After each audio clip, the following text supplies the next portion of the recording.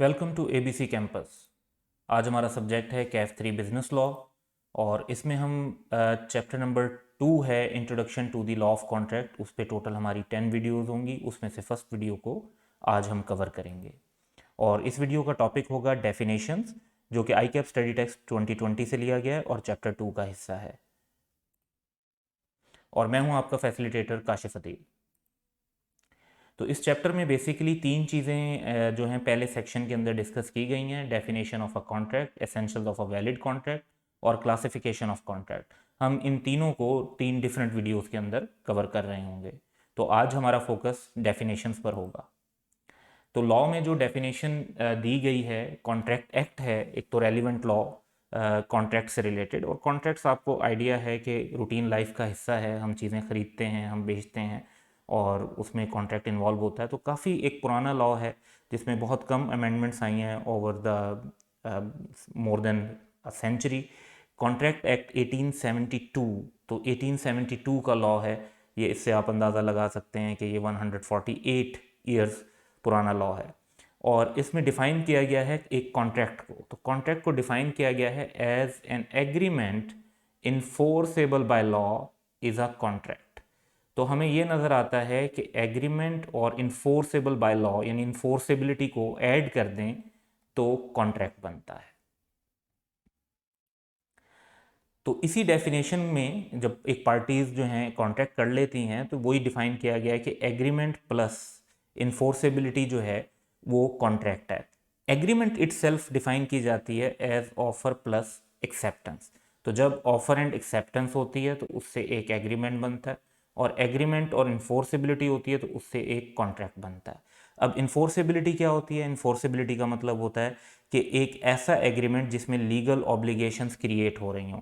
क्योंकि legal obligations create हो रही होंगी तो पार्टीज़ के ऊपर उस एग्रीमेंट पर अमल करना लाजमी होगा, और अगर वो अमल नहीं करेंगी तो उसमें कोर्ट ऑफ लॉ में एक्शन लिया जाता है। ये उस एग्रीमेंट की इन्फोर्सेबिलिटी होगी। तो इन सारे पॉइंट्स की तरफ हम मज़ीद डिटेल में आज की डेफिनेशन में भी थोड़ा सा डिस्कस करेंगे, लेकिन इससे ज़्यादा हम डिस्कस कर रहे होंगे इन आर नेक्स्ट फ्यू वीडियोज़, जिसके अंदर हम इनकी जो है फर्दर डिटेल्स को डिस्कस कर रहे होंगे, ऑफर को, एक्सेप्टेंस को and also of legal obligation.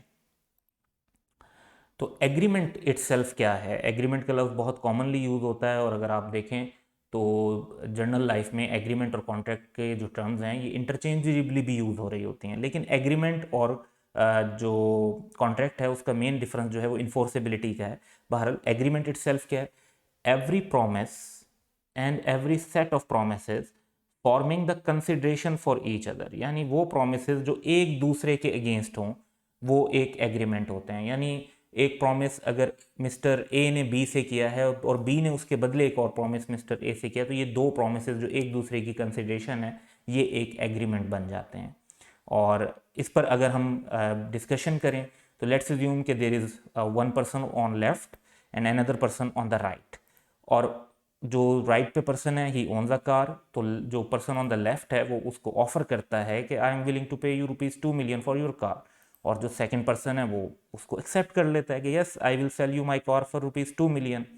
तो इसमें एक promise person on the left की तरफ से है जिसमें वो कैश पे करना चाह रहा है, और दूसरा प्रॉमिस जो है पर्सन ऑन द राइट की तरफ से है जिसमें वो अपनी कार देने का प्रॉमिस कर रहा है। तो इसी पर फर्दर डिस्कशन आगे बढ़ाते हैं। तो ये दोनों प्रोमिसेस जो हैं वो कंसिडरेशन फॉर ईच अदर है। अब अगर इसी डेफिनेशन को मज़ीद देखें तो एग्रीमेंट कब होता है? एग्रीमेंट तब आता है जब एक पार्टी प्रपोजल या ऑफर करती है। तो जो ये पर्सन है इसकी तरफ से ये प्रपोजल और ऑफर है, और other party and the other party signifies his acceptance. तो एक पर्सन अदर पार्टी को ऑफर करता है और अदर पार्टी उस पर एक्सेप्टेंस शो करती है। तो ये जो पॉइंट है दैट इज एक्सेप्टेंस। तो इस तरह प्रपोजल और ऑफर, ऑफर और एक्सेप्टेंस से मिलकर एक एग्रीमेंट बन जाता है।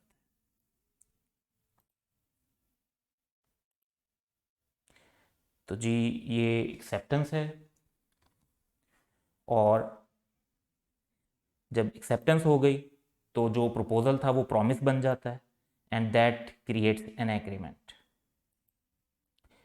प्रपोजल की इटसेल्फ जो डेफिनेशन है, इसे आप ऑफर की डेफिनेशन भी कह सकते हैं। व्हेन वन पर्सन सिग्निफाइज मतलब एक सिग्नल देता है, उसको इशारा देता है, टू अनदर कम्युनिकेट करता है, to another his willingness to do और टू एब्सटेन फ्रॉम डूइंग, यानी कुछ करना भी कॉन्ट्रैक्ट का हिस्सा हो सकता है और कुछ ना करना भी कॉन्ट्रैक्ट का हिस्सा हो सकता है, with a view to obtaining the assent of that other, ताकि दूसरे शख्स की भी उसमें रजामंदी ली जाए कि मैं ये जो काम करूंगा या इस काम को नहीं करूंगा, या आपकी रजामंदी से हो रहा है, तो वो एक प्रपोजल होगा।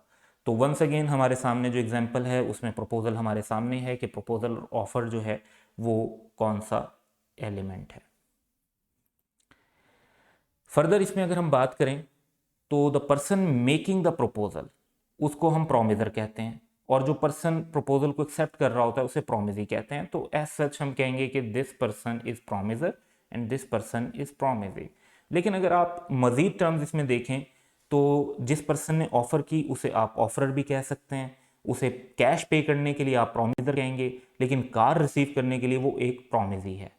इसी तरीके से अगर हम बात करें सेकंड पर्सन की जो राइट पर है, तो उसको ऑफर की गई थी, दैट्स वाई उसको आप ऑफरी कह सकते हैं। उसने ऑफर को एक्सेप्ट कर ली थी तो आप उसको एक्सेप्टर कह सकते हैं। उसे कैश रिसीव होना है, उसको प्रॉमिस किया गया कैश, तो he is promisee for cash. और कार्ड डिलीवर करने के लिए वो जो है वो जो है एक प्रोमिजर है। तो यहाँ पर हमें इसको प्रोमिजर बेसिकली कर देना चाहिए।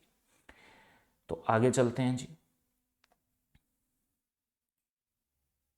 तो जब ये कॉन्ट्रैक्ट परफॉर्म होगा तो एक पर्सन कैश दे देगा और दूसरा जो है उसे कार दे देगा। अब सेकंड एलिमेंट की तरफ आते हैं, दैट इज इन्फोर्सेबिलिटी। अब इन्फोर्सेबिलिटी के अंदर एक बड़ा ये कॉमन सेंटेंस है जो यूज़ किया जाता है कि every contract is an agreement but every agreement is not always a contract. तो यहाँ पर इसका मतलब है कि हमें डिफरेंस समझना पड़ेगा कि एग्रीमेंट और कॉन्ट्रैक्ट में फ़र्क क्या है। तो हर कॉन्ट्रैक्ट एक एग्रीमेंट तो होता है, क्योंकि जब हम एक इक्वेशन क्रिएट करते हैं तो हम कहते हैं कि contract is equal to agreement. तो इक्वेशन में एग्रीमेंट है लेकिन इन्फोर्सेबिलिटी भी है। तो अब अगर किसी एग्रीमेंट में इन्फोर्सेबिलिटी नहीं होगी तो वो कॉन्ट्रैक्ट नहीं होगा। इसलिए हर एग्रीमेंट जो है वो आपका कॉन्ट्रैक्ट नहीं होता, लेकिन हर कॉन्ट्रैक्ट एग्रीमेंट एटलीस्ट होता है with also the element of enforceability. अब इन्फोर्सेबिलिटी क्या है कि एग्रीमेंट ऐसा हो जिसमें लीगल ऑब्लिगेशन क्रिएट होनी हो जो कि लॉ से इन्फोर्सेबल हो, यानी अगर जो पार्टीज़ हैं उन्होंने एक एग्रीमेंट किया है और उनमें से एक पार्टी डिफ़ॉल्ट करती है तो दूसरी उस पर कोर्ट ऑफ लॉ में जाकर केस कर सके और अपने राइट्स ले सके। So the parties to an agreement must be bound to perform their promises and in case of default by either of them must intend to sue, कि हम कोई भी एक डिफॉल्ट करेगा तो दूसरा उस पर केस कर देगा। For an agreement to be enforceable by law there should be legal obligation instead of social, moral और religious obligation।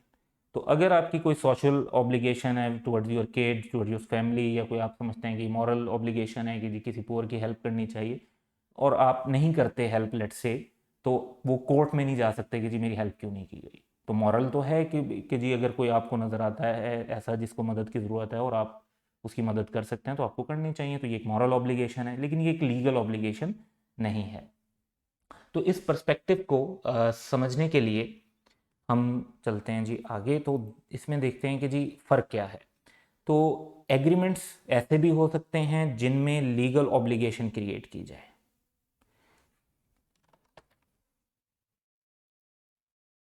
और ऐसे भी हो सकते हैं जिनमें लीगल ऑब्लिगेशन क्रिएट ना हो रही हो बल्कि सोशल, मॉरल और रिलीजियस ऑब्लिगेशन क्रिएट हो रही हो। तो जिसमें लीगल ऑब्लिगेशन क्रिएट हो रही होगी वो एक कॉन्ट्रैक्ट होगा, और जिसमें लीगल ऑब्लिगेशन क्रिएट नहीं हो रही होगी वो एक कॉन्ट्रैक्ट नहीं होगा।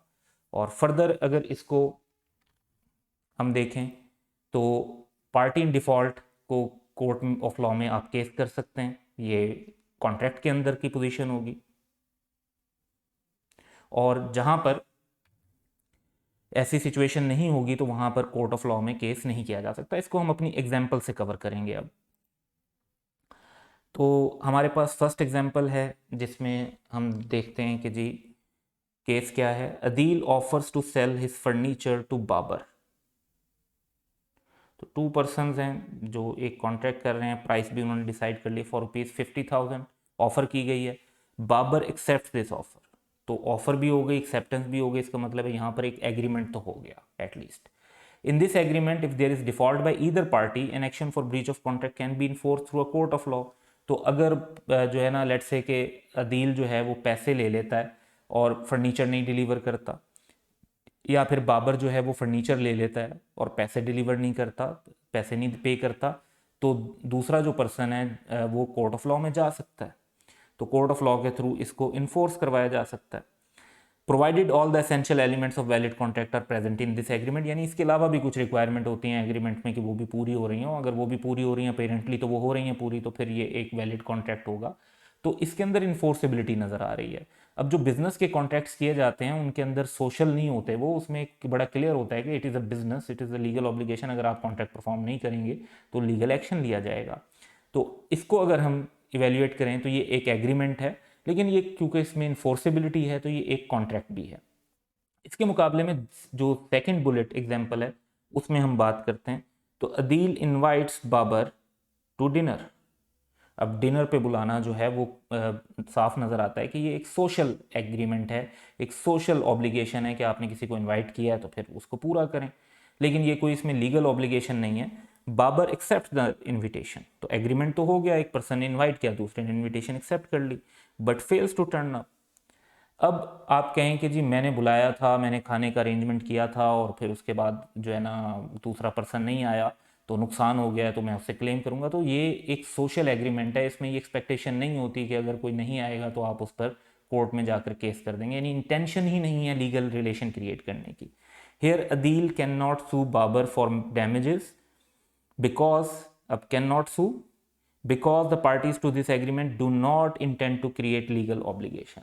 क्योंकि अब intention to create legal obligation नहीं है तो यानी इन्फोर्सेबिलिटी नहीं है, और इन्फोर्सेबिलिटी नहीं है तो इट मीन्स के it is an agreement but it is not a contract. तो समअप अगर हम करें तो law of contract covers such agreements where the parties intend to create legal obligation, यानी इस टाइप के कॉन्ट्रैक्ट। और ये जो सोशल एग्रीमेंट्स हैं ये कॉन्ट्रैक्ट लॉ में कवर नहीं होंगे। In social, domestic, moral or religious obligation, the usual presumption is that the parties do not intend to create legal obligation। तो टिपिकल हमारे जहन में यही होगा कि जब भी कोई सोशल कॉन्टेक्स्ट में बात हो रही है, घर पे बात हो रही है, यानी डोमेस्टिक इशू है, मॉरल एंगल से बात हो रही है कि ऐसे करना चाहिए कम्युनिटी में और सोसाइटी में, और रिलीजियस एंगल से बात हो रही है, तो नॉर्मल प्रिजम्पशन यही ली जाती है कि उसमें intention to create legal obligation नहीं होगी। So that's all for today. Have a good day.